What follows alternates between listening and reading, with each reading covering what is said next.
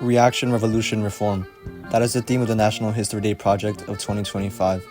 At first glance, it might seem easy to narrow down to a few things, but the reality is far more dreadful. After endless discussion, disagreements, and attempts to compromise on an interesting and semi-unique topic for this year's National History Day project, our group landed on something we could all agree on. What was that, you might ask? Will allow us to enlighten you on what will be discussed. For the duration of this documentary, you, our dear audience, will listen to the social reaction, revolution, and reform that composed the first phase of the French Revolution.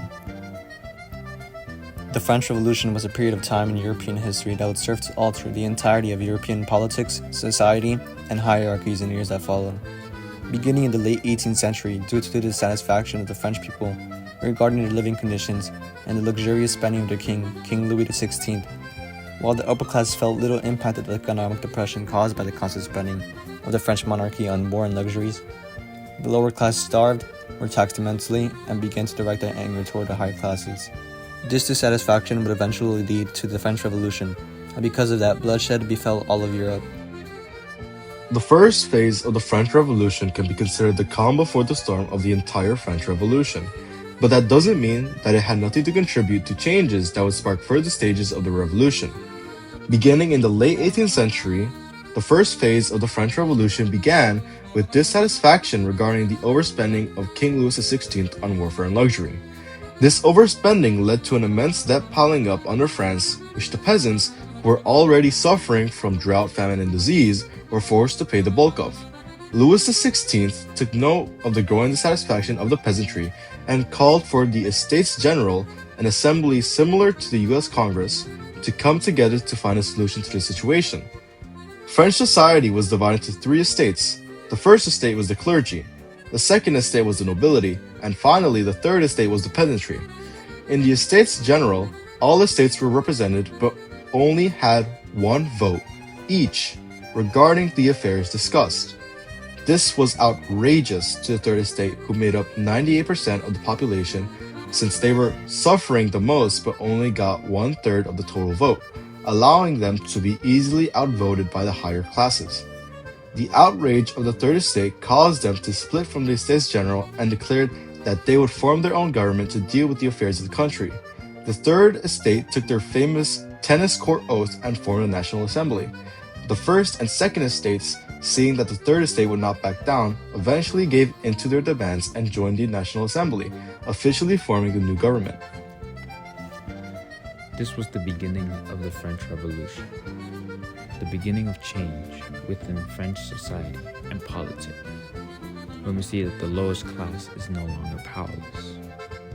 In the 18th century, this was massive because the peasantry were commonly seen as unimportant at the time, and most believed that they shouldn't have had voices since most of Europe was still under autocratic rule. In France, the times were changing, and the third estate now had the power to change the laws they believed hindered them from obtaining their pursuit of happiness. The French Revolution largely was inspired by the American Revolution because it showed that the weak lower class could branch out and make changes within their lives. They believed that if they stood together and fought back against the oppressive upper class, they too could force change within their societies like the newly independent Americans did. This isn't to say that the revolution itself worked peacefully most of the time. As seen in the first stage of the revolution, violent protests arose from the outrage of the French people, specifically the Parisian residents that demanded their voices be heard.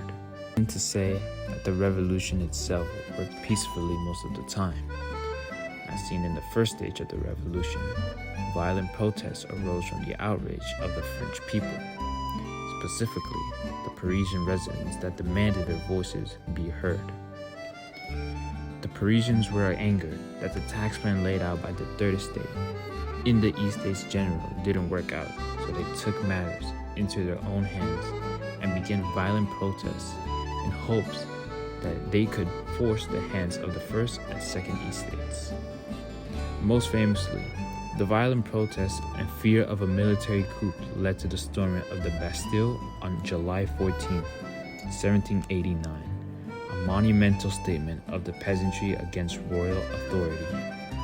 The reforms that came out of the first phase of the French Revolution served to forever alter European society and the perception of equality between the social classes and races. One of the most famous documents that came out of the French Revolution was the Declaration of the Rights of Man in 1789. This document was published by the newly formed National Assembly, proclaiming the promised rights to all citizens living in France, establishing a sense of equality while also limiting the monarchy and court's power to prevent tyranny. This obviously came as a shock to King Louis XVI, who was born into a lineage of absolute monarchs, but could not say anything since he had to appease the lower class, since he already saw the damage they could produce during the violent protests earlier in the year. While King Louis XVI was still considered the King of France, he had most of his power stripped from him and lived in fear, knowing he could easily be taken down by the mobs of angry French citizens who were already fed up with his previous actions. In the end, King Louis XVI was forced to accept the new constitution and formed a new assembly called the Legislative Assembly to officially deal with the affairs of the country. The assembly was primarily run by the Third Estate due to their newfound power. In a sense, due to the expanded rights of all citizens and equality gained through the Declaration of the Rights of Man, the inequality of different estates ceased to exist. The only thing that separated them was wealth and property. However, this peace would be short-lasting, as the second phase of the revolution will come to destroy the idea of liberty established during the first phase. The French Revolution ties into the National History Project's theme due to the previously stated facts, so let's summarize them. Reaction: outrage of the Third Estate due to the social inequity between the different estates present in the Estates General led to the Third Estate pioneering the National Assembly. Revolution: while the transfer of power from the higher estates to the lower estates came through discussions and written documents, there were still violent protesters that proved to the higher estates that the peasantry should be appeased by giving in to their demands. Reform: documents such as the Declaration of the Rights of Man expanded citizens' rights and shortened the inequity gap between the estates, while also limiting the monarchy's power and forming a new legislative assembly. While there are other instances throughout history that would satisfy the theme of reform, reaction, and revolution, our group decided that the social aspect of these topics in the first phase of the French Revolution would be the most interesting to research.